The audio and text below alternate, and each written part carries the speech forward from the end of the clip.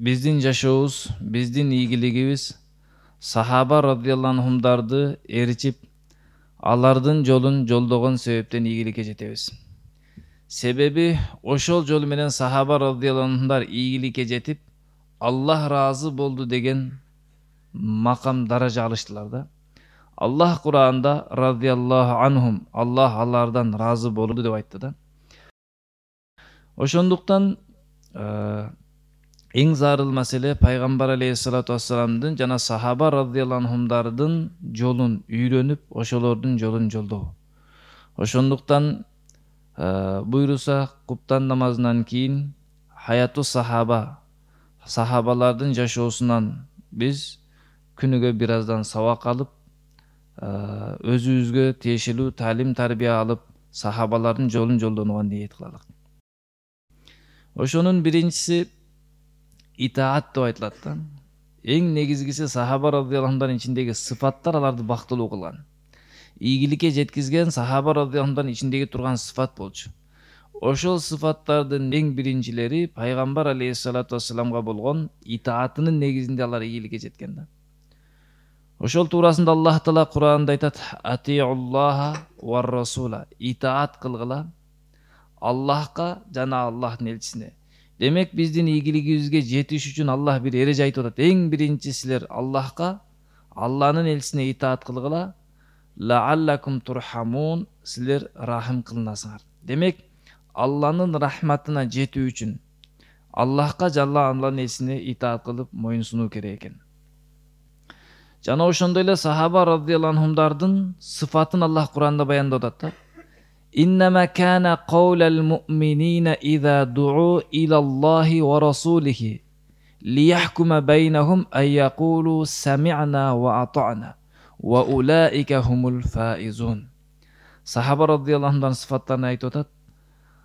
Албетте болгон момундардын сөздөрү качан чакырылса Аллах жана Алланын элчисине алардын ортосунда чечим чыгарууга, адамдардын жашоосунда кандай кылуу керек же эки адамдын ортосунда бир маселени талашып калса ошону кантип адилеттүү чечүү керек маселесинде Аллахтын өкүмүгө, Кур'анга карап же хадиске карап чакырылса, пайгамбар саллаллаху алейхи өкүмүгө мусулмандардын сөзү ушундай эле болот болчу дейт. Айякулу сами'на, биз уктук, ва атана, аткарабыз дейт. Ва улайка хумул муфлихун, мына ушулар ийгиликке жетүүчүлөр деп айтты да. Демек биз өзүбүздүн жашообуздагы ар бир учурду карап көрөлүк. Эгерде сиздин жашооңузда кандайдыр бир жакшылык күндөр келип жатса, ошол жакшылык күндөрдү Аллахтын өкүмүнө, Кур'андагыдай, пайгамбар алейхиссаламдын сүннөтүндө, хадистеринде баяндаган жол менен аткарсак, ошондо биз муфлихун, ийгиликке жетүүчүлөрдөн болобуз. Тилекке каршы адамдар өздөрүнүн жакшылык күндөрүнү өздөрүнүн каалоосу менен өткөрүп жаткандыктан ийгиликке жете албай жатышаттар.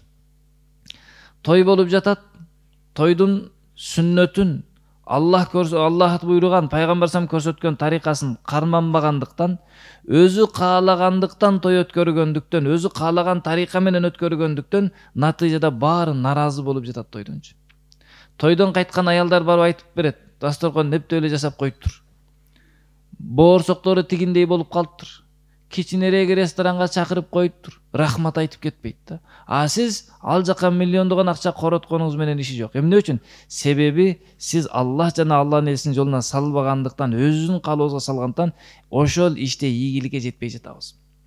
Сахабалардын сыфаты ушул эле. Бул иш мындай болот, Алланын өкүмү же пайгамбар мындай деп айтса, сами'на ва атана. Болду, биз уктук, аткарабыз дейт эле. Ошон Аллах Таала айтып атат: "Улайка, мына ушундай сыфаттуу инсандар ал-муфлихун, ийгиликке жетүүчүлөр. Ва ман юти'иллаха ва расула", ким Аллахка, Алланын элчисине итаат кылса, ва яхшаллах, жана Алладан корксо. Ва яттакхи, жана Аллах буйруган өкүмдөрдү аткарып, Аллах тыйган нерселерден сактанса, фа улайка хумул фаизун, мына ушулар ийгиликке жетүүчүлөр. Ошолор жеңишке жетүүчүлөр. Демек сахабалардын сыфаты бул дүйнөдө ушундай экен. Акыретте Аллах Таала бизге эмне öğretкен? Качан биз Аллага итаат кылсак, Алланын элчисине итаат кылып жашасак, Алладан корксок. Алладан корккон инсан күнөө кылбайт. Алладан корккон инсан бирөөдүн акысын жебейт. Алладан корккон инсан бирөөдү капа кылбайт. Балки Алладан корккон инсан бирөөлөрдүн акысын берип, өзүнүн акысы төбеленсе дагы разы болуп өтөт. Жана адамдар такыба болсо, такыба яттахи дегени Алладан коркуп өтсө дегени, Алланын өкүмдөрүн аткарып, буйруктарыны тыюуларынан тыйылса, ошол инсандар ийгиликке жетүүчү деп жатат да. Ошол инсандар ийгиликке жетүүчү дейт. Жана ошондой эле пайгамбар саллаллаху алейхи вассалам айтат: Kullu ummati yadkhulunal janna. Бардык менин үммөтүм жаннатка кирет. Тагыраак айтканда илля манаба, баш тарткандан башкасы. Пайгамбар алейхиссалату вассаламдын жолун жолдогондордун бардыгы жаннатка кирет деп жатат. Бирок кайсыл адамдар баш тарта турган болсо, алар жаннатка кире албайт. Сахабалар таң калып сурады: "Кыйла ваман аба, я Аллахтын элчиси, жаннаттан да бирөө баш тартабы? Жаннатка кир деп жатса, жок, кирбеймин" дейт. Пайгамбар эсем айтты: "Мен атаани, ким менин айтканымды алып келген шариаты менен жашаса, дахалал жанна, ошол инсан жаннатка кирет. Ва мен асани, ким менин айткандарымды аткарбай, каалоосу менен жашай турган болсо, факат аба, чындыгында баш тарткан болуп саналат."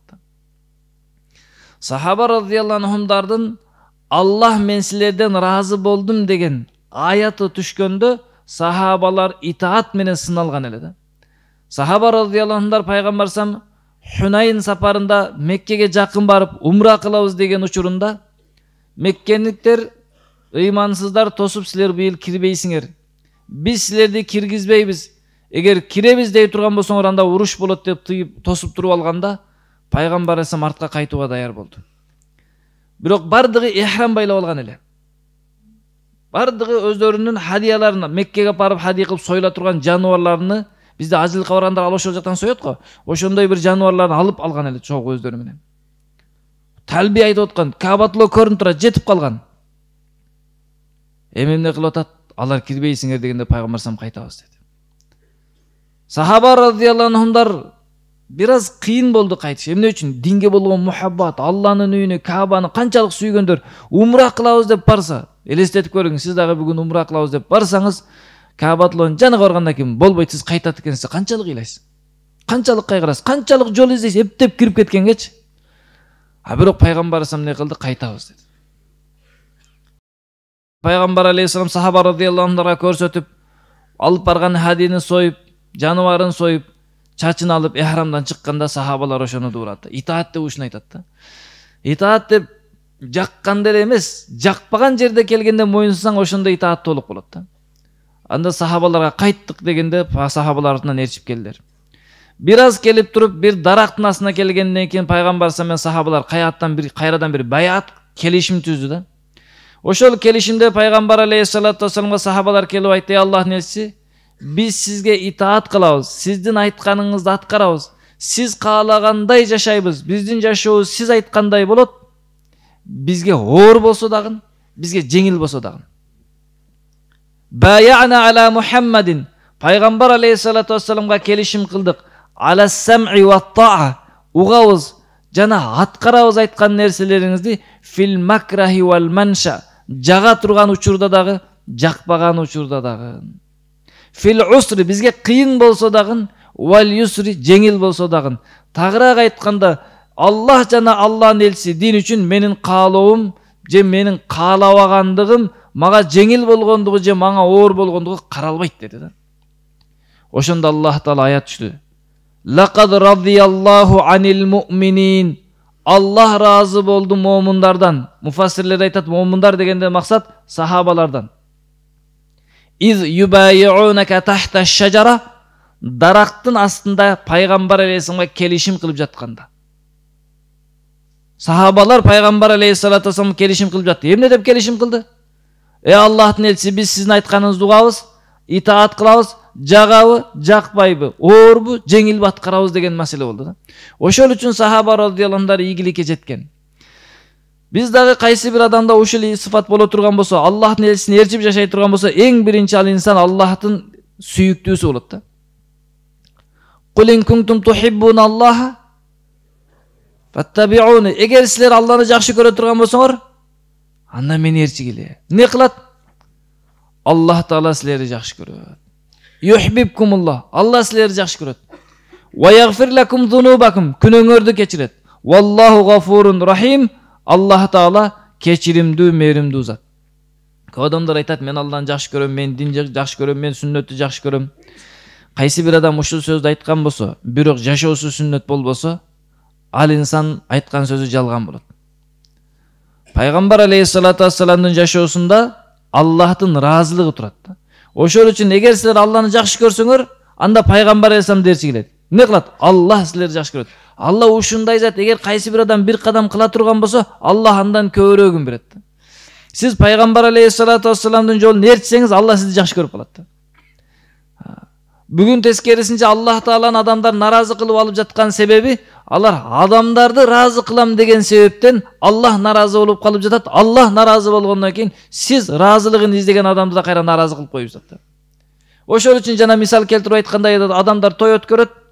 Тойда Аллахтын разылыгы максат кылынбайт. Элдин разылыгы, кудагыйдын келгендердин чакырылгандыгын разы калагандыктан той бүткөндөн кийин эч ким наразы эмес. Эч ким разы эмес. Баары наразы болуп кетет. Бардыгын үйүндө барсаңыз, бардыгы ар нерсени сүйлөп жаткан болот сиздин тоюңуз туурасында. Ошондуктан хадисте айтат, кайсы бир адам Аллах Тааланын разылыгын издеп аракет кылса, адамдардын разылыгын карабастан Аллах адамдарды да ошол иштен разы кылып берет. Ошондуктан биз биринчи Аллахка жана Аллахтын элчисине итаат кылганга аракет кылышыбыз керек. Жана ошондой эле пайгамбар алейхиссалату вассалам айтат, ким мага итаат кылган болсо, хадис менен сүннөт менен жашоосун өткөрө турган болсо, ал чындап Аллах Тааланын каалоосун аткарып, Аллах Таалага итаат кылган болот. Ким Аллах Таалага моюнсунбай, мага моюнсунбай турган болсо, айтканымды аткарбай турган болсо, ал Аллахка моюнсунбаган болуп саналат.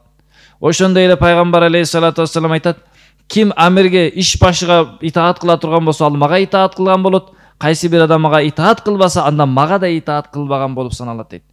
Уламалар ушул хадистин түшүндүрмөсүндө жана ошондой эле Куранда келген силердин амириңерге итаат кылла деген уламалар айтат. Ибн Аббас радhiyallahu anh, Мужахид рахматуллахи алейхи, Ата рахматуллахи алейхилер айтат, илимдүүлөр, илимдүү болуп жол баштаган инсандарды итаат кыла турган болсоңор, анда силерге Аллах Таала жаннатты сунуштайт дейт. Ошондуктан иншалла эртеден баштап сахаба радhiyallahu anh сыфаттары кандай эле, пайгамбар алейхиссалату вассаламдын сыфаттары кандай эле, ошолорду үйрөнгөнгө аракет кылабыз. Бир маселеде караңыз, Аллах Таала шариатта итти харам кылган. Ит харам жаныбар. Эгер итти бир адамды ит келип шилекей тийип кетсе, же тиштеп койсо, ал жер нажас болот, жууш керек. Бирок кайсыл итти тарбия кылып үйрөтсө, тагыраак айтканда, ит кожоюнуга итаат кылып калса, кожоюнун айтканын аткарып калган учурда, ошол иттин кылган иштериге шариат баа берет. Аңчылык кылган убакта ит үйрөтүлгөн болсо, кожоюнун айтканы үчүн чурка барып, жаныбарды кармап, жебей күтүп турса, кожоюнун айтканын кылды деген маани болот. Ошол жаныбарды өлтүрүп салса дагы 3 жолу кармагандан кийин ал жаныбарды жей берсе болот. Адал өлтүрүп салды го ит. Адал эмне үчүн? Бул үйрөтүлгөн ит, итааты бар ит. Ал эми жөнөкөй эле бир чурка барып туруп ошондой эле жаныбарды өлтүрүп салса, же короодо коюңузду өлтүрүп салса, харам. Эмне үчүн? Ал нафсисинин каалоосунун себебинен кылып салды. Демек, арам иттин итааттын негизинде, кожоюнга баш ийгендиктин негизинде кылган иши шариатага баа берип адал деп жатат. Ошондуктан эгерде итте ушундай сыфат боло турган болсо, шариатта гана бир нерсеге баа берип бул жакшы деген болсо, демек пайгамбар алейхиссалату вассаламдын үммөтү сиздер менен биздерде Алланын өкүмүгө, пайгамбар саллаллаху сүннөтүгө итаат боло турган болсо, анда биз Аллахтын алдында эң кымбат үммөттөрдүн катарында кошулабыз. Аллах Таала баарыбызды пайгамбар алейхиссаламдын сүннөтү менен, дини менен жашаганга тавфик берсин. Субханакаллахумма ва бихамдик, нашхаду ан ла илаха илля анта, астагфирука ва атубу илейк.